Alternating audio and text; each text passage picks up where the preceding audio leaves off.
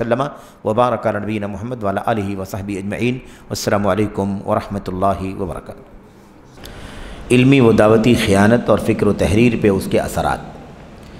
علامہ بکر بن عبداللہ ابو زید رحمۃ اللہ علیہ کے اس رسالے کا جو موضوع اس وقت ہمارے سامنے ہے، پچھلے درس سے، پچھلے حلقے سے، وہ یہ ہے فکری آوارگی اور حصول علم میں کمزوری کے اسباب۔ اس حوالے سے مصنف رحمۃ اللہ علیہ نے 6 اسباب بیان فرمائے ہیں۔ فکری آوارگی کے اور حصول علم میں کمزوری کے کل 6 اسباب مصنف رحمۃ اللہ علیہ نے بیان فرمائے ہیں۔ اس کے بعد سلف امت ائمہ اسلام کی تحریروں اور ان کے فرمودات کے ذریعے سے بطور دلیل اور شواہد کچھ باتیں یہاں پر نقل فرما رہے ہیں۔ شیخ الاسلام ابن تیمیہ رحمۃ اللہ علیہ کا ایک قول مجموعہ فتاوی ابن تیمیہ سے نوٹ کرتے ہیں، جو جلد نمبر 28 صفحہ نمبر 187 میں موجود ہے۔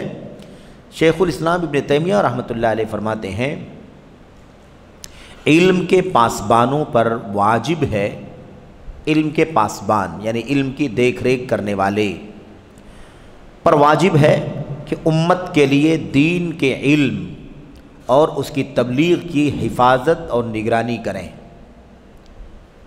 علم کے پاسبانوں کی ذمہ داری کیا ہے؟ کیا واجب ہے؟ کہ امت کے لیے دین کے علم اور اس کی تبلیغ کی حفاظت اور نگرانی کریں۔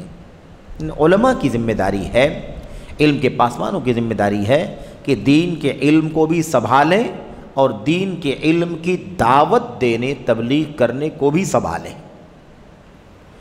علم میں کوئی خلل پیدا نہ ہونے پائے، سچے علم کے بیچ میں دوسری کوئی چیز در نہ آنے پائے، اور اس مشن کی دعوت و تبلیغ کا کام چلتا رہے، اس کی حفاظت کریں۔ یہ علماء کی واجبی ذمہ داری ہے۔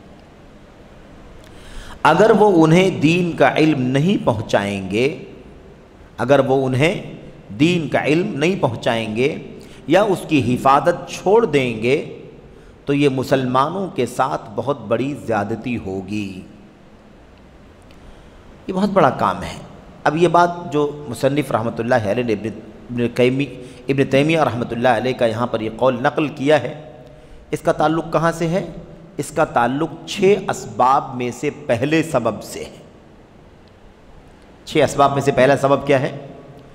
اہلیت و لیاقت مندوں کا فریضہ تبلیغ اور دور حاضر کے میدان میں اترنے سے کنارہ کشی اختیار کرنا۔ تو کیا ذمہ داری ہے علماء کی؟ علم کے پاسبانوں پر واجب ہے کہ امت کے لیے دین کے علم اور اس کی تبلیغ کی حفاظت کریں۔ اگر وہ انہیں دین کا علم نہیں پہنچائیں گے یا اس کی حفاظت نہیں کریں گے، چھوڑ دیں گے، تو یہ مسلمانوں کے ساتھ بہت بڑی زیادتی ہوگی۔ کیوں؟ اللہ تعالیٰ کا ارشاد ہے، دیکھیں، علم کو پھیلانے کی ضرورت ہے، علم کو چھپانا نہیں ہے بلکہ علم کو پھیلانا ہے۔ ان الذین یکتمون ما انزلنا من البینات والہدی من بعد ما بیناہ للناس فی الکتاب اولئک یلعنہم اللہ ویلعنہم اللاعنون۔ سورۃ البقرہ کی آیت کریمہ، بے شک وہ لوگ جو ہماری اتاری ہوئی دلیلوں اور ہدایت کو چھپاتے ہیں، ہماری اتاری ہوئی دلیلوں کو اور ہدایت کو چھپاتے ہیں، باوجود کہ ہم اسے اپنی کتاب میں لوگوں کے لیے بیان کر چکے ہیں۔ اللہ تبارک و تعالیٰ نے انسانوں کے لیے، اپنے بندوں کے لیے ہدایت کی چیزیں اپنی اتاری ہوئی کتابوں میں بیان کر دیا ہے۔ تورات میں، زبور میں، انجیل میں بیان کیا اللہ تبارک و تعالیٰ نے، اور اخیر میں قرآن کریم میں انسانیت کی ہدایت کی ساری چیزیں اللہ تبارک و تعالیٰ نے اتار دی ہیں، بیان کر دی ہیں۔ تو اللہ فرماتا ہے کہ ہم نے ان کو اتار دیا ہے، بیان کر دیا ہے، کھول کھول کر کے کتاب میں لوگوں کے لیے۔ اس کی نشر و اشاعت کرنا ہے، اس کو چھپا کر کے رکھنا نہیں ہے۔ اللہ نے کتاب اتاری، کتاب میں وہ ہدایت موجود ہے، اب اس کتاب کو، کتاب کے مضمون کو لوگوں کے سامنے پہنچانا، چھپانا نہیں ہے۔ اسے چھپانا نہیں۔ چھپانا 2 طرح سے ہوتا ہے۔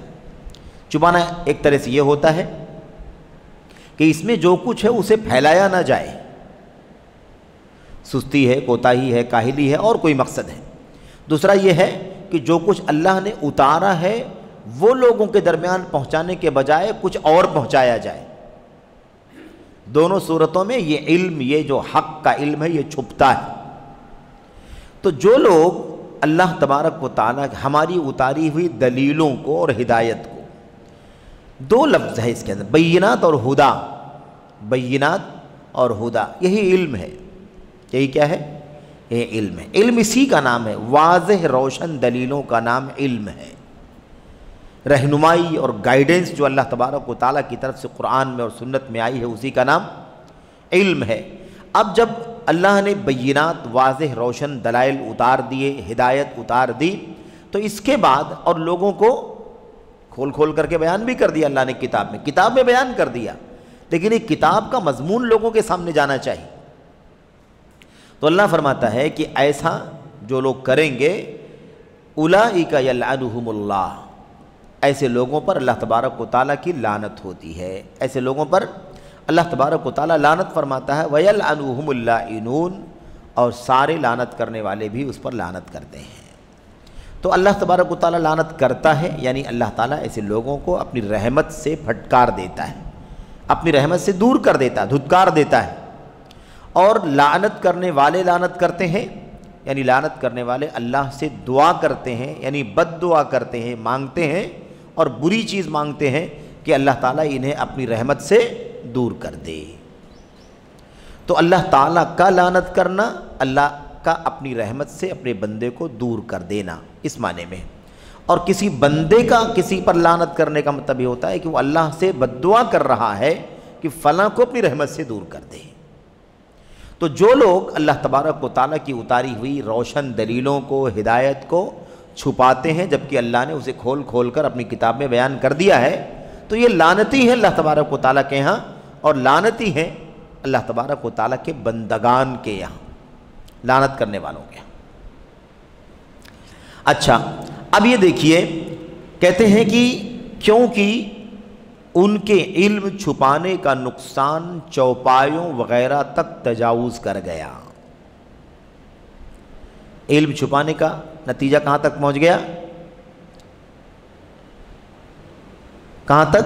چوپایوں تک، یعنی جانوروں تک پہنچ گیا۔ چوپایا چار پیر والے، چار پیر جس کو مویشی کہتے ہیں، چوپایا کہتے ہیں، جانور کہتے ہیں، ان تک پہنچ گیا۔ کیسے پہنچ گیا؟ لعنت کرنے والے بھی لعنت کرتے ہیں۔ ان لعنت کرنے والوں میں کون لوگ شامل ہیں؟ سب شامل ہیں۔ اللہ تبارک و تعالیٰ لعنت کرتا ہے، اور لعنت کرنے والے اللہ کے سوا سب، اللہ کے سوا اللہ کی ساری انسان، جنات، فرشتے، حیوانات، جمادات، نباتات۔ بھئی علم حاصل کرنے والے کے حق میں دعا کون کرتا ہے؟ فرشتے رحمت کی دعا، فرشتے مغفرت کی دعا کرتے ہیں کہ ان طالب العلم لا يستغفر له۔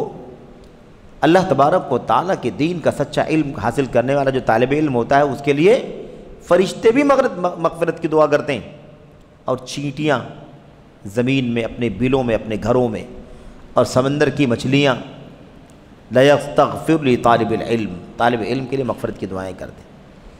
تو جب یہ کام اللہ کے فرشتے، حتیٰ کہ جانور، سمندروں کی مچھلیاں، حتی الحیتان فی الماء، پانی میں تیرنے والی مچھلیاں، اور چینٹیاں تک طالب علم کے لیے رحمت کی دعائیں کرتی ہیں، مغفرت کی دعائیں کرتی ہیں، تو علم کو چھپانے والے پر لعنت کرنے والے کون ہیں؟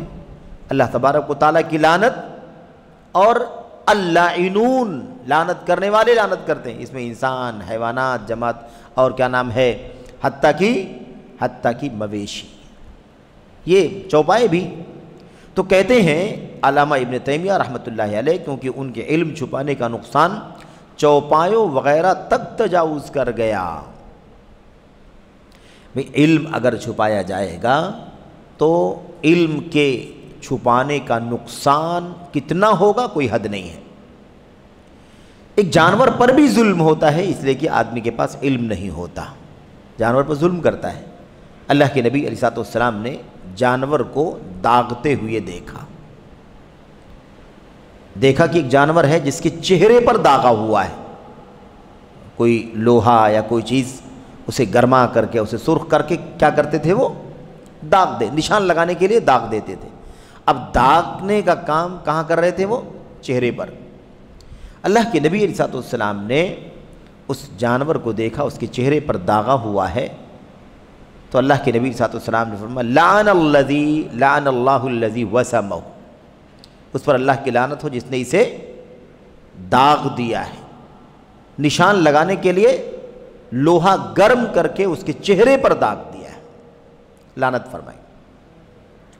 ایسے ہی تو کیا کہتے ہیں کہ جانوروں چوپایوں وغیرہ تک تجاوز کر گیا، چونکہ چنانچہ تمام لعنت کرنے والوں نے ان پر لعنت کی، حتیٰ کہ مویشیوں نے بھی، سب کی لعنت، سب لعنت کرتے۔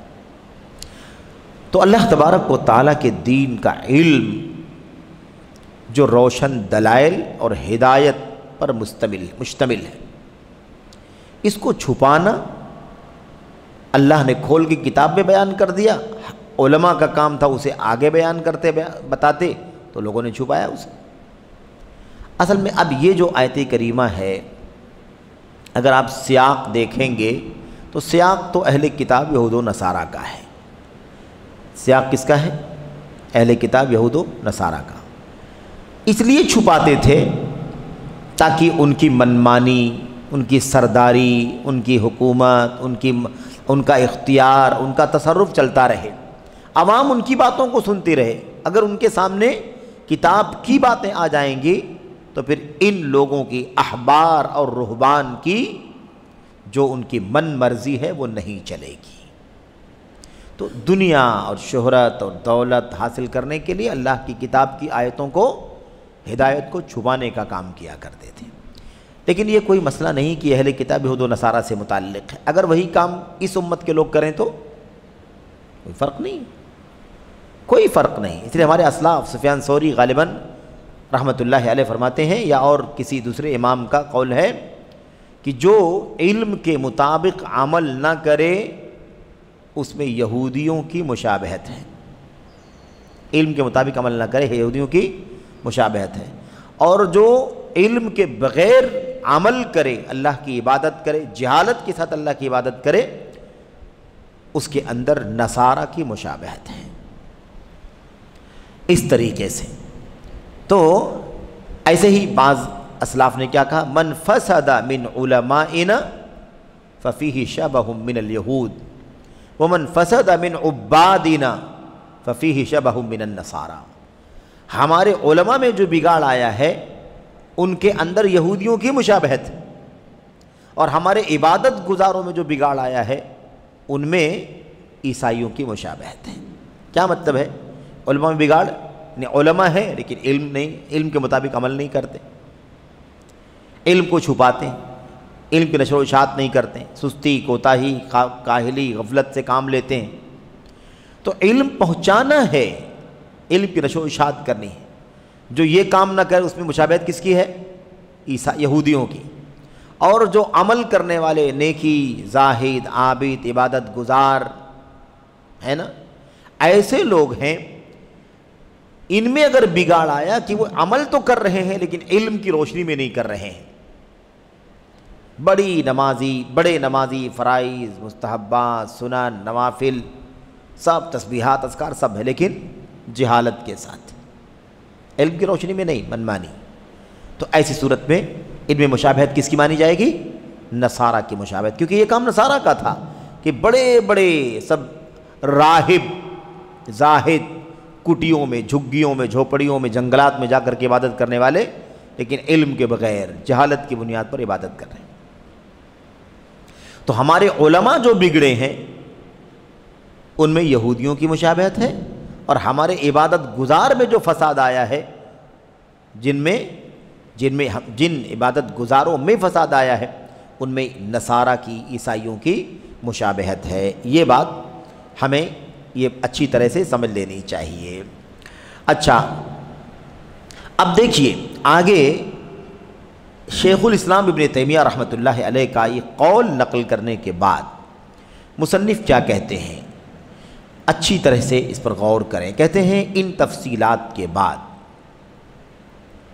اللہ کی قسم جو شخص قرآنی آیات کے معانی سے ہدایت یاب ہو نہ اسے نبی کریم صلی اللہ علیہ وسلم کے سنن اور آثار کا علم ہو، اس کے لیے بار بار حرام ہے کہ وہ مقام علم پر براجمان ہو۔ علم کے بغیر مقام علم پر براجمان ہونا ایک بار حرام نہیں ہے، بار بار حرام ہے، بار بار حرام ہے۔ تو ان تفصیلات، کن تفصیلات کے بعد جو باتیں گزری پچھلی ساری تفصیلات، علماء کون ہیں، اصاغر کون ہیں، اکابر کون ہیں، وہ ساری تفصیلات کی علم ہی بنیاد ہے۔ پھر اس کے بعد یہ جو 6 پوائنٹ اس سے پہلے گزرے، جس کی بنیاد پر آج دنیا کے حالات ایسے ہیں، علم کے حاصل کرنے میں کوتاہی اور ایسے ہی بے راہ روی کے اسباب، کیا کہتے ہیں، کس کے اسباب؟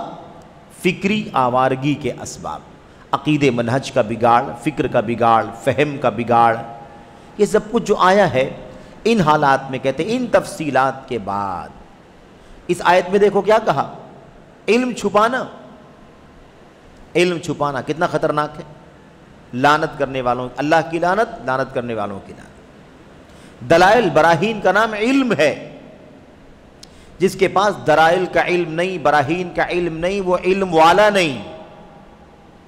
جس کے پاس دلائل کا علم نہیں ہے، براہین کا علم نہیں ہے، ہدا نبی کی سنتوں کا علم نہیں ہے، وہ علم والا نہیں ہے۔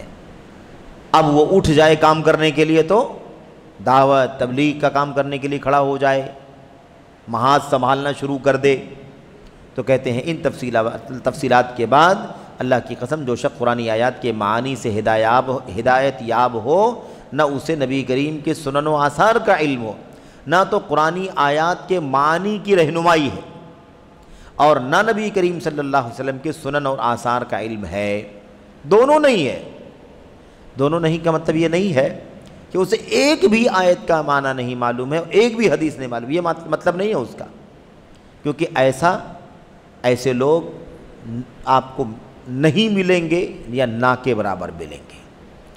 بھئی کوئی نہ کوئی بات تو آدمی جانتا ہی ہے نا حدیث کی، ایک بات دو بات کون نہیں جانتا ہے؟ تو مسئلہ یہ نہیں ہے کہ جو قرآنی آیات کے معنی سے ہدایت یاب نہ ہو، جو اللہ کے نبی کے سنن و آثار سے ہدایت یاب نہ ہو، اس کے لیے بار بار حرام ہے کہ مقام علم پر براجمان ہو۔ تو اس کا مطلب یہ نہیں کہ جو بالکل نہ جانتا ہو اس کے لیے براجمان ہونا حرام ہے، بلکہ کس کے لیے جانتا ہے، تھوڑا بہت جانتا ہے تو تھوڑا بہت جاننے کی وجہ سے وہ اس کا اہل نہیں ہو جائے گا کہ وہ علم کے مقام پر فائز ہونا شروع ہو جائے، یہ مطلب ہے اس کا۔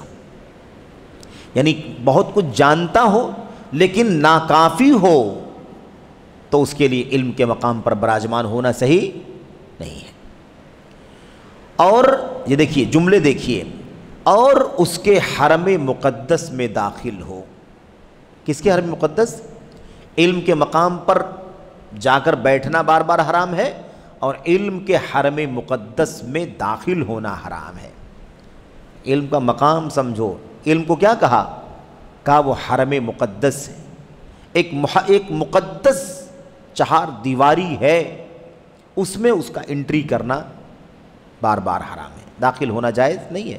کیوں؟ اس لیے کہ وہ علم والا ہی نہیں ہے، تو اس کے حرم مقدس میں داخل ہونا، وہ علم کی چہار دیواری کو ڈھانے کی کلہاڑی اور بیلچا ہے۔ کیا علم کا کام کرے گا؟ بغیر علم کے جو کام کرے گا علم کا، وہ کیا کرے گا؟ کلہاڑی ہے، کلہاڑی، علم کی جڑوں کو کاٹے گا، اور بیلچا کس کو کہتے ہیں؟ کھدائی کرنے والے آلے کو، ٹھیک ہے؟ تو کہتے ہیں کہ وہ علم کی چہار دیواری کو ڈھانے، علم کی باؤنڈری کو توڑنے کا کام کرے گا، کلہاڑی ہے وہ اس کے لیے، اور بیلچا ہے، اور اس کی حرمت، حدود اور حرمت کو تار تار کرنے والا ہے۔ یعنی علم کے احترام کو، علم کے حدود کو، جو اس کی باؤنڈریز ہیں، اس کو کیا کرنے والا ہے؟ ٹکڑے ٹکڑے کر دینے والا ہے، پارا پارا کر دینے والا ہے۔ یہی شخص ناکارہ محروم ہے۔ یہی شخص کیا ہے؟ ناکارہ ہے، محروم ہے، اس لیے کہ علم نہیں ہے، اور ناکارہ ہے یعنی علم کے بغیر کام کر رہا ہے تو ایسی چیز کو کام نہیں کہا جاتا، تو ایسا شخص ناکارہ ہے، محروم ہے، اس کا علم وبال ہے اور اس کی محنت رائے گاں ہے۔ ہم بدبختی سے اللہ کی پناہ چاہتے ہیں۔ یہ چند جملے کس کے لیے ہیں؟ جو بلا علم کتاب اللہ کے آیات بینات اور ہدا اور سنت رسول کا علم حاصل کیے بغیر علم کے مقام پر آئے، علم کے حرم مقدس پہ انٹری کرے، تو اس کا انجام کیا ہے؟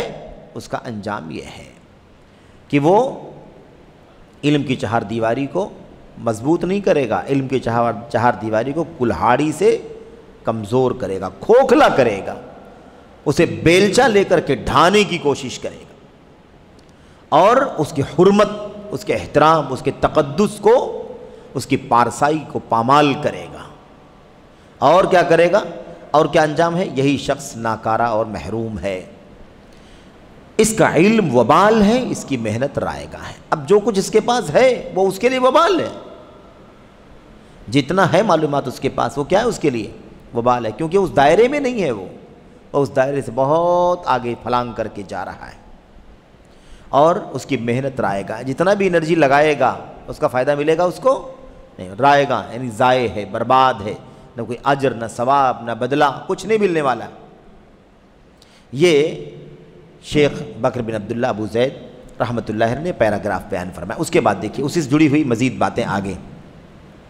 اور معلوم ہونا چاہیے کہ میں نے یہاں جو کچھ قلم بند کیا ہے، یعنی لکھا ہے، قلم بند کرنا کہتے ہیں لکھنے کو، میں نے جو کچھ، اور معلوم ہونا چاہیے کہ میں نے یہاں جو کچھ لکھا ہے اس کی دلیل در حقیقت اس شخص کے خلاف حجت ہے جس کے دل سے اللہ کا واعظ یعنی حجت و دلائل کا اثر احساس گناہ نکل گیا ہے۔ یعنی میری جو تحریر آگے آ رہی ہے، چونکہ اب اصل کتاب شروع ہونے جا رہی ہے نا، یعنی باقاعدہ علمی و دعوتی خیانت کے مثالیں اور اس کے مظاہر بیان کرنے جا رہے ہیں وہ، تو اس سے پہلے یہ بات کہہ رہے ہیں میں نے یہاں جو کچھ لکھا ہے اس کی دلیل در حقیقت اس شخص کے خلاف حجت ہے۔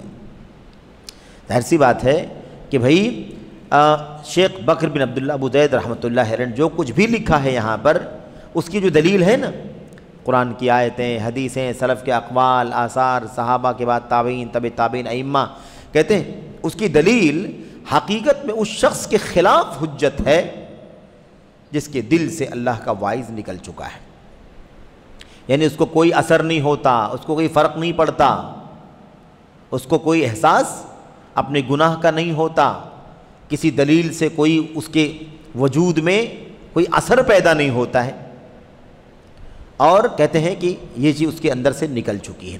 تو جس آدمی کے دل سے احساس گناہ نکل چکا ہو، احساس جرم نکل چکا ہو، یا ایسے ہی دلیل اور حجت اور دلائل کا اثر نکل چکا ہو، ایسے آدمی کے لیے بکر بن عبداللہ ابو زید رحمۃ اللہ علیہ کی اس کتاب کے جو دلائل ہیں وہ اس کے خلاف حجت ہیں۔ یہ دلائل اس کے خلاف حجت ہیں، جس کو گناہ کا احساس نہیں ہے، جس کو گناہ کا احساس نہیں ہے، جس پر دلیل کا کوئی اثر نہیں پڑتا ہے، اس کے خلاف یہ شیخ بکر بن عبداللہ ابو زید رحمۃ اللہ علیہ کی یہ باتیں اور ان باتوں کے دلائل اس کے خلاف حجت ہیں۔ اس حال میں کیوں حجت ہے؟ اس لیے کہ درا حال ہے کہ وہ علم شرعی میں ناحق گھسپیٹ کیے ہوئے ہیں، علم شرعی میں ناحق گھسے ہوئے ہیں، اس لیے جو باتیں میں لکھ رہا ہوں یہ اس کے لیے اس کے خلاف حجت ہے۔ ظاہر سی بات ہے، سارے برادرز، سارے متعالمین، سارے غیر علماء اس کتاب کو اپنے خلاف دیکھ رہے ہیں کہ نہیں دیکھ رہے ہیں؟ کسی کو پسند ہے یہ کتاب؟ بھائی کتنے لوگ پڑھنا چاہتے ہیں اس کتاب کو پڑھنے کا شوق اور جذبہ اور لگن رکھنے والوں کی تعداد بہت کم ہے۔ یہ آپ چند خوش نصیب ہیں جو بیٹھے ہوئے ہیں، اور جو اس چیز کو، اس کتاب کو آن لائن راستوں سے پڑھ رہے ہیں یا سن رہے ہیں یا دیکھ رہے ہیں، براہ راست دیکھ رہے ہوں یا بعد میں استفادہ کرتے ہوں، وہ خوش نصیب ہیں، ورنہ اس سے تو لوگ بھاگ رہے ہیں۔ آپ کے اس مضمون سے لوگ کیا کر رہے ہیں؟ بھاگ رہے ہیں، کترا رہے ہیں۔ کیوں؟ اس لیے کہ احساس گناہ ختم ہو چکا ہے۔ دلیلوں کا، حجت کا کوئی اثر نہیں ہوتا ان کے اوپر، اس لیے ان باتوں کو اپنے خلاف حجت سمجھ کر کے اس سے کیا کر رہے ہیں؟ اس سے کنارہ کشی اختیار کر رہے ہیں، اس لیے کہ وہ علم کے میدان میں، علم شرعی کے میدان میں ناحق گھسپیٹ کیے ہوئے ہیں، جبکہ اس سے علم فوت ہو چکا ہے۔ اس سے علم کیا ہو چکا ہے؟ فوت ہو چکا ہے۔ علم فوت ہو گیا اس سے، لیکن علم کے معاملے میں گھسپیٹ کر رہا ہے۔ علم چھوٹ چکا، علم ہے نہیں اس کے پاس، لیکن کہاں گھسپیٹ کر رہا ہے؟ علم کے میدان میں، علم شرعی میں ناحق گھسپیٹ کر رہا ہے، جبکہ اس سے علم فوت ہو چکا ہے۔ اس نے عمل میں کوتاہی کی ہے، عمل میں کوتاہی کی ہے، اور وقت بھی جا چکا ہے، وقت بھی جا چکا ہے، ماضی، حال، مستقبل کچھ باقی نہیں ہے۔ یہ برادروں کے حالات کی عکاسی کر رہے ہیں۔ غیر علماء متعلمین جو بلا علم ہے نا میدانوں میں آنے کی کوشش کرتے ہیں، ان پر بکر بن عبداللہ ابو زید رحمۃ اللہ علیہ کا تبصرہ ہے، ان کی حالت زار کا یہاں پر بیان ہے۔ صاف کہتے ہیں کہ علم میں ناحق گھسپیٹ کیا ہوا ہے، جبکہ وہ علم اس سے فوت ہو چکا ہے، اس نے عمل میں بھی کوتاہی کی ہے، اور وقت بھی جا چکا ہے۔ وقت بھی جا چکا ہے یعنی اب وہ علم حاصل کرنے کی طرف نہیں آئے گا۔ دیکھ لو، بلا علم لیکچر دینے کے لیے برابر تیار ہیں لوگ، لیکن علم حاصل کرنے کے لیے آنے کو تیار نہیں ہے۔ شیخ کہتے ہیں وقت بھی جا چکا ہے، وقت بھی نکل چکا ہے، ماضی، حال، مستقبل کچھ باقی نہیں ہے۔ کتنا اہم مسئلہ ہے یہ۔ علماء کی شاگردی میں رہ کر کسب فیض یعنی فیض حاصل کرنا، علم حاصل کرنا، صحیح رہنمائی، کثرت جستجو یعنی بہت زیادہ چاہت اور لگن، طویل بحث و تحقیق یعنی لمبا ریسرچ اور تحقیق کرنا، سمجھدار دل اور خوب پوچھنے والی زبان کے ذریعہ حصول علم ناپید ہو چکا ہے۔ سب ختم ہے، ان کے ہاں نہیں پایا جاتا، اس کے بغیر علم حاصل بھی نہیں ہو سکتا۔ اسی لیے کہتے ہیں کہ ماضی، حال، مستقبل سب کیا ہو چکا ہے؟ سب ختم ہو چکا ہے۔ اس لیے کہ ان کی حالت یہ ہے کہ علماء کی شاگردی میں رہ کر یہ علم حاصل نہیں کرنا چاہتے، صحیح رہنمائی لینا نہیں چاہتے، کثرت جستجو یعنی شوق اور چاہت بہت زیادہ جو ہونی چاہیے علم کے راستے میں، اس سے بھی کیا ہے یہ دور ہیں۔ طویل بحث و تحقیق، کھلواڑ تھوڑی نہ ہے، لمبا ریسرچ چاہیے، کسی چیز کو بہت ہی زیادہ علم کے دلائل کے ساتھ ثابت کرنے کے لیے لمبی تحقیق کی ضرورت ہوتی ہے۔ سمجھدار دل چاہیے، دل ایسا ہو جو سمجھے۔ اللہ نے کیا فرمایا؟ قلوب لا یفقہون بہا، سمجھنے والے دل نہیں رکھتے، دل ہے لیکن سمجھتے نہیں ہیں، تو کیسا دل ہونا چاہیے؟ ایسا دل ہونا چاہیے جو سمجھنے والا ہو، اور خوب پوچھنے والی زبان، لسان سؤول، خوب پوچھنے والی زبان، پوچھ کر کے علم حاصل ہوتا ہے، اسٹیج لگا کر کے جہالت کے ساتھ بتانے سے علم نہیں آتا ہے، علم والوں کے ساتھ بیٹھ کر سیکھنے سے علم آتا ہے۔ اس لیے لسان سؤول، بہت زیادہ پوچھنے والی زبان ہونا چاہیے، لیکن پوچھنے کی زبان بھی نہیں ہے۔ علماء سے پوچھ لیں گے لیکن جہلا علماء سے نہیں پوچھیں گے، تنقیص ہے ان کی شان گھٹ جائے گی، کبھی وہ نہیں پوچھنا چاہیں گے الا من رحم اللہ، ورنہ عام طور پر یہی صورتحال ہے۔ کہتے اتنی ساری چیزیں ہیں، اس کے ذریعے جو علم حاصل ہونا چاہیے، علم حاصل کرنا چاہیے، وہ کیا ہو چکا ہے؟ ناپید ہو چکا ہے، ختم ہو چکا ہے ہی نہیں۔ تو یہ موجودہ جو فتنہ شیخ بکر بن عبداللہ ابو زید رحمۃ اللہ علیہ کے سامنے علمی خیانت کا، علمی دعوے داری کا جو فتنہ تھا، کم علمی کے ساتھ، بے علمی کے ساتھ دین اور دعوت کے منصب پر آنا، اس کو بیان کرنے کے لیے شیخ نے اتنے الفاظ استعمال کیے ہیں کہ علم اس طرح سے حاصل ہوگا، لیکن یہ سب ختم ہے ان کے یہاں، وہ کچھ نہیں کرنا چاہتے، نہ وہ پوچھنا چاہتے ہیں، نہ سمجھدار دل ہے، نہ اہل علم کی، علماء کی شاگردی چاہتے ہیں، نہ صحیح رہنمائی کی انہیں کوئی فکر ہے، نہ جستجو کی کثرت کی فکر ہے، نہ کوئی تحقیق اور ریسرچ کی فکر ہے، بس جو ان کے من میں ان کے جی میں آتا ہے وہ اسے منمانی بولتے ہیں اور لکھتے ہیں، صرف اور صرف اپنی شہرت کے اسباب بنائے رکھتے ہیں۔ ابو بکر احمد بن محمد بن احمد دینوری 532 ہجری رحمہ اللہ نے کیا خوب کہا ہے۔ تو ابو بکر احمد بن محمد بن احمد دینور یا دینور، دینوری یا دینوری، 532 میں وفات پائیں۔ کتنے سال ہو گئے بھائی؟ 900 سال تقریباً، 900 سال سے زیادہ۔ کیا کہتے ہیں؟ اچھی طرح دیکھیں، بلا علم حاصل کیے علم حاصل نہیں ہوگا، بلا شاگردی کے علم حاصل نہیں ہوگا، بغیر کثرت جستجو کے علم حاصل نہیں ہوگا۔ یہ جملہ دیکھیے، یہ شعر ہے، 2 اشعار ہیں، غور سے پڑھیں، کتنا پیارا شعر ہے۔ تمنیت ان تمسی فقیہا مناظرا بغیر عناء والجنون فنون ولیس اکتساب المال دون مشقت تلقیتها فالعلم کیف یکون۔ کہتے ہیں تمہاری تمنا ہے، تمہاری چاہت ہے، آرزو ہے کہ بلا محنت و مشقت فقیہ اور مناظر بن جاؤ، بلا مشقت۔ اب یہ علماء 20 سال 25 سال اساتذہ کے سامنے زانوے تلمس طے کرنے والے، گھٹنے ٹیک کر بیٹھنے والے، دکھ سکھ گرمی سردی رات دن سب گزر کر، غربت فقر و فاقہ مسکنت محتاجگی پریشانی، کتنی آزمائشوں کے ساتھ۔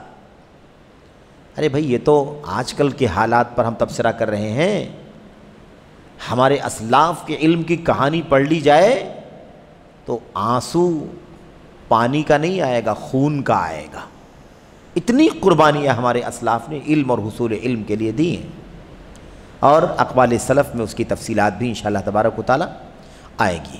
تو صاف کہتے ہیں کہ تمہاری تمنا ہے، یعنی تم چاہتے ہو، آرزو کیے بیٹھے ہو کہ بلا محنت و مشقت فقیہ و مناظر بن جاؤ۔ اب اتنے سارے فقیہ گھوم رہے ہیں آج سوشل میڈیا پر، غیر علماء، دوسرے میدانوں کے، دوسرے علوم کے ماہرین۔ میرے بھائیوں، فقیہ مسئلے کا جواب دے رہے ہیں، فقہی مسائل میں، عقیدے کے مسائل میں، حلال و حرام کے مسائل میں جوابات دے رہے ہیں۔ مناظر، وہ دیکھو مناظر بن گئے۔ تو تم تمنا کرتے ہو، تم چاہتے ہو کہ بلا محنت و مشقت فقیہ و مناظر بن جاؤ۔ واقعی جنون کی تو بہت ساری قسمیں ہیں۔ جنون پاگل پنی کو ایک قسم تھوڑی نا، پاگل پنی کے نہ جانے کتنی قسمیں ہیں۔ ایک قسم پاگل پنی کی یہ بھی ہے کہ بغیر محنت و مشقت کے تم فقیہ اور مناظر بننا چاہتے ہو، تو یہ بھی کیا ہے؟ یہ بھی جنون اور پاگل پنی کی ایک قسم ہی ہے۔ اچھا، کہتے ہیں جب محنت و جانفشانی کیے بغیر، محنت و جانفشانی یعنی مشقت محنت خون پسینہ نگالے بغیر مال کمانا ممکن نہیں، تو حصول علم کیسے ممکن ہو سکتا ہے؟ تو علم کا معاملہ مال سے بڑھ کر کے ہے کہ نہیں ہے؟ اس پر کبھی بات ہوگی انشاءاللہ۔ علامہ ابن القیم رحمۃ اللہ علیہ نے علم اور مال کا مقابلہ کیا ہے اپنی کتاب میں، اور بڑی دلچسپ اور بڑی عظیم الشان باتیں انہوں نے کی ہیں کہ علم کیسے مال سے اونچا ہے، کتنے اسباب ہیں، کتنے پوائنٹس ہیں جن کی بنیاد پر علم مال سے اونچا ہے، علم مال سے برتر ہے۔ مال نیچا ہے، علم کے مقابلے میں اس کی قیمت بہت کم ہے، علم کا مقام اونچا ہے۔ اس میں سے ایک بات مجھے یاد آ گئی، اب چھیڑا ہے تو ایک بات خاص طور پر، پھر بقیہ باتیں انشاءاللہ کبھی ہوں گی۔ کہتے سب سے بڑی بات تو یہ ہے، سب سے اہم بات تو یہ ہے کہ علم نبیوں کی وراثت ہے اور مال قارون کی وراثت ہے۔ علم کس کی وراثت ہے؟ انبیاء کی وراثت ہے۔ اور مال کس کی وراثت ہے؟ قارون، فرعون، یہ دنیا داروں کی وراثت ہے۔ اس لیے ایسے بہت سارے اسباب شیخ الاسلام علامہ ابن القیم رحمۃ اللہ علیہ نے مال کی اور علم کی جو مقابلہ آرائی ہے، مارکہ آرائی، کشاکش، اس کو بہت کھل کر کے بیان کیا ہے بہت سارے پوائنٹس میں. تو بہرحال یہ ہے شعر. یہ دیکھا آپ نے, یہ ابو بکر احمد بن محمد دینوری کیا بیان فرماتے ہیں, یہ ہے تم بلا مشقت, بلا محنت, بلا میرے بھائیو خون پسینہ نکالے ہوئے ایسے بیٹھے بیٹھے چاہتے ہو کہ فقیر اور مناظر بن جاؤ. والجنون فنون, کہتے ہیں پاگل پنی کی بہت ساری قسمیں ہیں, ایک قسم یہ بھی ہے بلا مشقت تم چاہتے ہو کہ فقیر و مناظر بن جاؤ. پھر اس کے بعد کہتے ہیں وَلَيْسَ اكْتِسَابُ الْمَالِ دُونَ مَشَقَّةٍ, جب بغیر محنت کے, بغیر خون پسینہ نکالے مال حاصل نہیں ہو سکتا ہے تو علم کیسے حاصل ہو جائے گا؟ علم حاصل کرنے کے لیے تو اور زیادہ محنت و مشقت کرنی پڑے گی. بہرحال اس کے بعد نیچے دیکھیے کہتے ہیں چنانچہ یہ متعالم بے پناہ غلطیاں کرتا ہے. یہ متعالم یعنی کسی کا نام نہیں آیا ہے, یعنی جو بات چل رہی ہے متعالم جو علم کے بغیر علماء کا مقام حاصل کرنا چاہتا ہے. کہتے ہیں یہ متعالم بے پناہ غلطیاں کرتا ہے, اسے عربی زبان کی کوئی شدھ بدھ نہیں ہوتی. دیکھ لو, ناظرہ پڑھنا مشکل ہے قرآن کریم, اس سے اور بڑی بات کیا کہہ سکتے ہیں. کتنے ایسے آپ کو ملیں گے جو قرآن کریم ناظرہ نہیں پڑھنا جانتے. جانتے کہ نہیں جانتے آپ؟ معروف مشہور عالمی سطح کی شخصیتیں, لیکن قرآن کریم کا ناظرہ پڑھنا ان کو نہیں آتا. رہی باتیں اللہ کے نبی کی حدیثوں کی نصوص اور سلف امت کے اقوال, اس کو پڑھنا تو اور بہت میرے بھائیوں کار دارت, بہت مشکل کام ہے, آسان نہیں ہے نا. تو یہ چیز کہتے ہیں نا, یہ متعالم بے پناہ غلطیاں کرتا ہے, اسے عربی زبان کی کوئی شدھ بدھ نہیں ہوتی, نہ ہی وہ فقہ جانتا ہے چہ جائے کہ وہ فقیہ ہو. فقہ کا علم نہیں ہے, فقیہ بن جانا تو بہت بڑی بات ہے. فقہ کا علم نہیں ہے, اسے علم فقہ نہیں ہے, چہ جائے کہ وہ کیا ہو, فقیہ ہو. پہلے فقیہ النفس ہو کر تو دکھائے, فقیہ النفس ہو کر دکھائے. آگے ہے معنی کیا ہے, یعنی وہ شخص جو احکام کو ان کے شرعی دلائل سے جوڑتا ہے. اتنا تو کم سے کم جانے وہ کہ یہ چیز حلال ہے اس دلیل کی بنیاد پر, یہ چیز حرام ہے اس دلیل کی بنیاد پر, یہ چیز جائز ہے اس دلیل کی بنیاد پر. اتنا تو جانے. اس کو کیا کہتے ہیں؟ اس کو فقیہ النفس کہتے ہیں. یعنی خود جو ہے حدیث اور مسئلہ, حدیث اور آیت, حدیث اور مسئلہ, آیت حدیث اور مسئلہ, مسائل کو دلائل سے جوڑنا تو جانے, احکام کو ان کے شرعی دلائل سے جوڑتا ہے. یہ علماء شریعت کی سب سے عمدہ خوبی ہے. علماء شریعت کی سب سے عمدہ خوبی ہے کہ وہ مسائل کو, احکام کو دلائل سے ثابت کرتے ہیں. یہ دلیل ہے, اس سے یہ مسئلہ ثابت ہوتا ہے, یہ دلیل اس سے یہ مسئلہ ثابت ہوتا ہے, یا یہ فلاں چیز کے حرام ہونے کی دلیل یہ ہے, فلاں چیز کے حلال ہونے کی دلیل یہ ہے. فقہ کسے کہتے ہیں؟ فقہ نام ہی ہے اس کا, مسائل کو, احکام کو تفصیلی دلائل کے ذریعے سے جاننا. احکام و مسائل کو کیسے جاننا؟ ان کے تفصیلی دلائل کے ذریعے سے جاننا. حلال ہے تو کیوں حلال ہے, حرام ہے تو کیوں حرام ہے, یہ ہے فقہ. اس کے بعد کہتے رہا مسئلہ حدیث کا, تو اسے حدیث سے کیا سروکار. فقہ تو جانتا نہیں ہے, عربی زبان کا شدھ بدھ نہیں ہے, اور فقہ بھی نہیں جانتا, فقیہ کہاں سے ہو جائے گا وہ. اس کے بعد حدیث کی رہی بات, تو کہتے ہیں حدیث کی رہا مسئلہ حدیث کا, تو اسے حدیث سے کیا سروکار. یعنی حدیث سے تو اور کوئی لینا دینا نہیں ہے اس کا, وہ حدیث کیا جانے, وہ حدیث کیا جانے. اس سے پہلے ہم نے ذکر کیا تھا غالباً یہاں یا کہیں اور ذکر کیا تھا کہ عالم اسلام کے مشہور ترین دائی ڈاکٹر نائک صاحب نے, ذاکر نائک صاحب نے قرآن کریم کا وہ ترجمہ جسے ڈاکٹر عبد المحسن خان نے کیا ہے, ٹھیک ہے, اور ان کے ساتھ اور بھی لوگ ہیں, جو مجمع ملک فہد عالمی قرآن پرنٹنگ پریس اور اس کا ادارہ ہے, وہاں سے وہ شائع ہوا ہے اور انگریزی دنیا میں اسے تقسیم کیا گیا ہے. اس قرآن کریم کے ترجمے کو لوگوں سے یہ کہہ کر کے کہ میں تمہیں اسے پڑھنے کا مشورہ نہیں دوں گا, اس لیے کہ اس میں تو جگہ جگہ حدیث بھری ہوئی ہے. اس تفسیر میں کیا بھری ہوئی ہے؟ جگہ جگہ حدیث بھری ہوئی ہے. اور جگہ جگہ بریکٹس لگے ہوئے ہیں وضاحت کرنے کے لیے. اس لیے میں آپ کو یہ تفسیر پڑھنے کے لیے نہیں کہوں گا بار بار حدیث آئے گی، بار بار حدیث آئے گی. تو قرآن کی تفسیر قرآن سے، قرآن کی تفسیر کس سے ہوگی؟ حدیث سے ہی تو ہوگی. اور کس سے ہوگی؟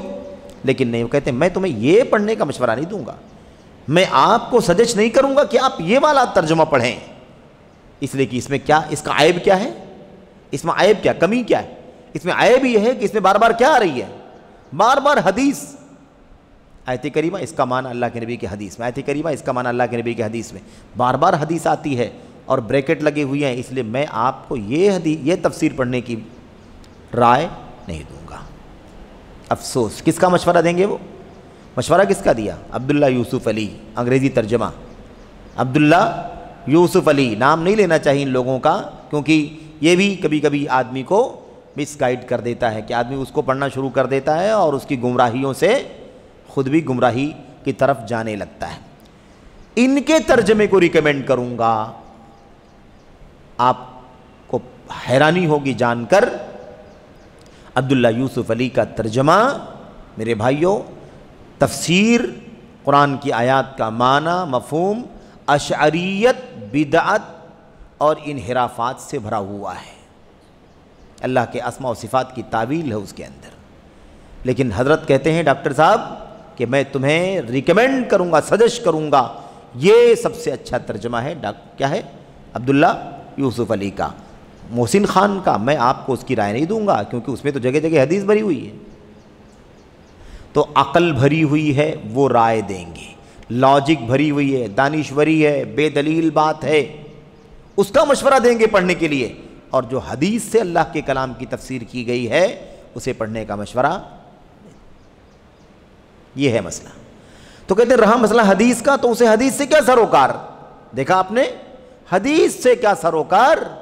حدیث سے سروکار ہوتا تو قرآن کی وہ تفسیر پڑھنے کے لیے سجش کرتے جو اللہ کے نبی کی سنت سے تفسیر کرنے والی تفسیر ہے. تو حدیث سے کیا سروکار؟ محدث ابو سعد سمان معتزلی 445 ہجری میں وفات ہوئی. انہوں نے کہا تھا، یہ قول بھی پڑھ کر کے دیکھیں، کیا کہتے ہیں؟ من لم یکتب الحدیث لم یتغرغر بحلاوت الاسلام. جس نے حدیث نہیں لکھا اس نے اسلام کی مٹھاس کا کوئی مزہ نہیں چکھا. علم حدیث ہی تو میرے بھائیوں اللہ کی کلام کی تفسیر ہے، اس کا بیان ہے کہ نہیں؟ وَأَنزَلْنَا إِلَيْكَ الذِّكْرَ لِتُبَيِّنَ لِلنَّاسِ مَا نُزِّلَ إِلَيْهِمْ. ہم نے آپ کو یہ ذکر عطا فرمایا ہے، قرآن کریم عطا فرمایا ہے تاکہ آپ لوگوں کے سامنے کھول کھول کر کے اس اتاری ہوئی کتاب کا معنی اور مفہوم سمجھائیں. نبی علیہ الصلوۃ والسلام کھول کھول کے اس کا معنی مفہوم سمجھائیں گے. جو آپ سمجھائیں گے اسی کا نام کیا ہے؟ اسی کا نام حدیث ہے، اسی کا نام سنت ہے. اس میں قول ہے، اس کے اندر فعل ہے، اس کے اندر اور بہت سارے میرے بھائیوں نبی کریم صلی اللہ علیہ وسلم کے ارشادات اور آپ کی ادائیں ہیں. بہرحال اس کے بعد آخری بات بول کر کے بات ختم کرتا ہوں. رہی بات کتاب اللہ کے فہم کی، آپ دیکھ رہے ہیں کیسے آ رہی ہے، تفسیرہ کیسے ہو رہا ہے، تجزیہ کیسے ہو رہا ہے. عربی زبان سے کوئی شد بد نہیں ہے، فقہ کا علم نہیں ہے، فقیہ تو دور کی بات ہے. حدیث کا جہاں تک مسئلہ ہے تو حدیث سے کیا لینا دینا ہے، ٹھیک ہے. پھر یہ قول ذکر کیا ان کا، ٹھیک ہے، کہ جو حدیث نہ لکھے اسے اسلام کی مٹھاس کا کوئی مزہ نہیں ملے گا. اس کے بعد اخیر میں آئے، کہتے ہیں رہی بات کتاب اللہ کے فہم کی، کتاب اللہ کے فہم کی تو وہ تو عقاب کے انڈوں سے بھی زیادہ نایاب ہے.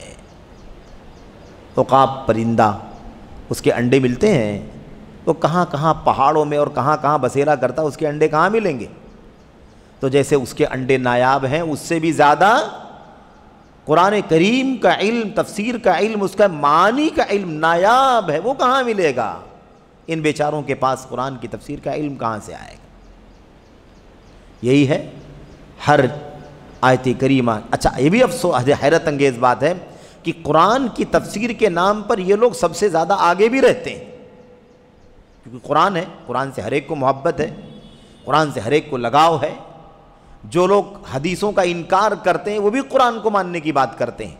حالانکہ حدیثوں کو نہ ماننے والا بھی قرآن کو نہ ماننے والا ہی ہے، لیکن اپنے آپ کو قرآن کا ماننے والا اور سنت کا انکار کرنے والا ثابت کرتے ہیں۔ قرآن کریم کے بارے میں دیکھیے، کہتے ہیں رہی بات کتاب اللہ کے فہم کی تو وہ تو عقاب کے انڈوں سے بھی زیادہ نایاب ہے، وہ کہاں سے ان کے پاس آئے گی، کہاں سے علم ہوگا قرآن کی تفسیر کا۔ کہتے ہیں اور میری اس بات سے تعجب نہ کریں کیونکہ یہ ائمہ سابقین کے شکوے کا امتداد ہے، یعنی میری باتوں پر تعجب نہ کرو کہ میں کہاں سے بولنے لگا، یہ سب باتیں کہاں سے لکھنے لگا۔ ارے یہ جو میں شکایت کر رہا ہوں کہ عربی نہیں جانتے، فقہ نہیں جانتے، حدیث نہیں جانتے، قرآن کی تفسیر کا علم نہیں ہے، جو میں یہ شکایت کر رہا ہوں، یہ شکایت پچھلے اماموں کے شکوے کا امتداد ہے، اسی کا تسلسل ہے۔ ہمارے ائمہ سابقین، پچھلے امام علماء ائمہ جو گزرے ہیں، وہ شکایت کرتے رہے ہیں، یہ شکایت میری اسی شکایت کے سلسلے کا آگے کا حصہ ہے۔ یہ کوئی ایسا نہیں ہے کہ میں کوئی نئی بات لا کر کے آپ کے سامنے پیش کر رہا ہوں۔ اسی قبیل سے یعنی اسی قسم سے امام ذہبی رحمہ اللہ کا یہ قول بھی ہے۔ فرماتے ہیں، دیکھو امام ذہبی کون ہے؟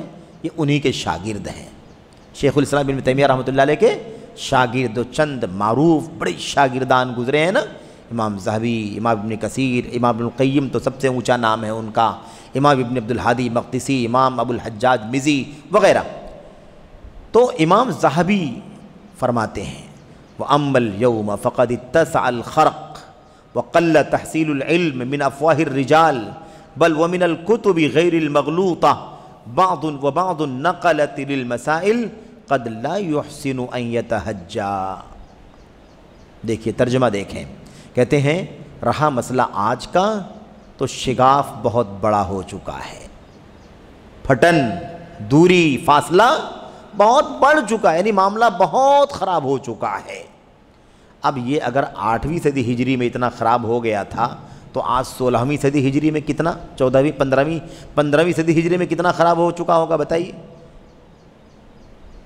کتنا؟ 842 میں وفات پائے نا، 748 میں وفات پائے، 748 ہجری میں علامہ امام شمس الدین الذہبی رحمۃ اللہ علیہ وفات پائے۔ دیکھیے کیا کہتے ہیں میرے بھائیوں، یہ کہتے ہیں رہا معاملہ آج کا تو شگاف یعنی پھٹن، فاصلہ، دوری بہت بڑا ہو چکا ہے، اور براہ راست لوگوں کی زبانوں سے علم حاصل کرنا کم ہو گیا ہے۔ علم کا اصل طریقہ کیا ہے؟ یہی طریقہ جو ہم بیٹھے ہوئے ہیں، منہ سے علم، ہمارا استاذ ہمیں سکھائے اور ہم سیکھیں۔ اصل علم یہ نبی علیہ الصلوۃ والسلام کی مجلسیں ہوتی تھی کہ نہیں ہوتی تھی؟ آپ کا خطبہ، آپ کا درس، آپ کے خطابات، آپ کے سفر میں، آپ کے حضر میں، آپ کے حجۃ الوداع میں، آپ کی بہت ساری جنگوں میں، راستے میں، نبی علیہ الصلوۃ والسلام پوری امت کے معلم ہیں، مربی ہیں، نبی ہیں، رسول ہیں، ہادی ہیں، رہبر ہیں۔ آپ کھڑے ہو کر امت کو اپنی زبان سے رہنمائی کر رہے ہیں اور امت آپ کی زبان کو سن کر کے علم حاصل کر رہی ہے۔ کہتے ہیں کہ براہ راست لوگوں کی زبانوں سے یعنی براہ راست علماء کی زبانوں سے علم حاصل کرنا کم ہو گیا ہے، بلکہ ایسی کتابوں سے بھی علم حاصل کرنا کم ہو گیا ہے جن میں غلطیاں نہ ہوں۔ یعنی کچھ کتابیں بھی اگر لوگ پڑھتے ہیں تو ایسی کتابیں پڑھتے ہیں جو غلطیوں سے بھری ہوئی ہیں۔ یہ معتزلہ کی کتاب ہے، یا روافض کی کتاب ہے، تو بدعتیوں کی کتاب ہے، تو اشاعرہ کی کتاب ہے، تو یعنی بھری ہوئی ہے۔ تو یہ کہتے ہیں کہ علماء کی زبانوں سے علم حاصل کرنا کم ہو گیا ہے، اور کتابوں سے علم بھی حاصل کرتے ہیں تو ایسی کتابوں سے علم حاصل کرتے ہیں جن کے اندر غلطیاں بھری ہوئی ہیں، غلطیوں سے کتابیں بھری ہوئی ہیں۔ آگے آخری بات کہتے ہیں، اور مسائل نقل کرنے والے بعض لوگ ایسے ہیں جو اچھی طرح ہجے کرنا بھی نہیں جانتے۔ دیکھا آپ نے؟ سمجھ بات یہ نہیں آتی ہے کہ حافظ ذہبی یہ اپنے زمانے کی بات کر رہے ہیں کہ ہمارے زمانے کی بات کر رہے ہیں، ہے نا؟ ایسا لگتا ہے کہ ہمارے ماحول میں بیٹھ کے بات کر رہے ہوں، جب اس زمانے کی بات ہے۔ تو آج 600-700 سال میں کتنا بگاڑ آ گیا بھائی، کتنے فتنوں کے راستے کھل گئے۔ تو حافظ ذہبی رحمۃ اللہ علیہ کی یہ بات یاد رکھنے کے قابل ہے۔ صاحب کہتے ہیں کہ آج تو شگاف بہت بڑا ہو چکا ہے، براہ راست علماء کی زبانوں سے علم حاصل کرنا کم ہو گیا ہے، بلکہ ایسی کتابوں سے بھی جن میں غلطیاں نہ ہوں۔ اس سے بھی علم حاصل کرنا کم ہو گیا ہے، اور مسائل نقل کرنے والے بعض لوگ ایسے ہیں جو اچھی طرح ہجے کرنا بھی نہیں جانتے۔ یعنی کیا مطلب؟ یعنی ان کو تو ابھی مبادی کا بھی پتہ نہیں ہے، جس کو ہم کہتے ہیں نا کہ ابھی تو ابجد کا بھی پتہ نہیں ہے، بالکل ایسے ہیں، اور کھڑے، مائک ہے، اسٹیج ہے سب کے پاس، یہ صورتحال ہے۔ تو اللہ سے دعا کریں کہ اللہ تبارک و تعالی ہمیں ان مسائل کو سمجھنے کی توفیق عطا فرمائے، اور اللہ عز و جل امت کے عوام کو، خواص کو، عزیزوں کو، نوجوانوں کو، بچوں کو، سبوں کو اللہ تبارک و تعالی ہوش کے ناخن لینے کی توفیق عطا فرمائے، اور اپنی رشد اور اپنی نیکی کی طرف لوٹنے کی، پلٹنے کی توفیق عطا فرمائے، تاکہ اللہ تبارک و تعالی انہیں اس دنیا میں، آخرت میں سرخروئی اور کامیابی عطا فرمائے۔ اللہ تعالی ہمیں بھی ان میں شامل ہونے کی توفیق عطا فرمائے، آمین رب العالمین۔ وصلی اللہ وسلم وبارک علی نبینا محمد وعلی آلہ وصحبہ اجمعین، والسلام علیکم ورحمۃ اللہ وبرکاتہ۔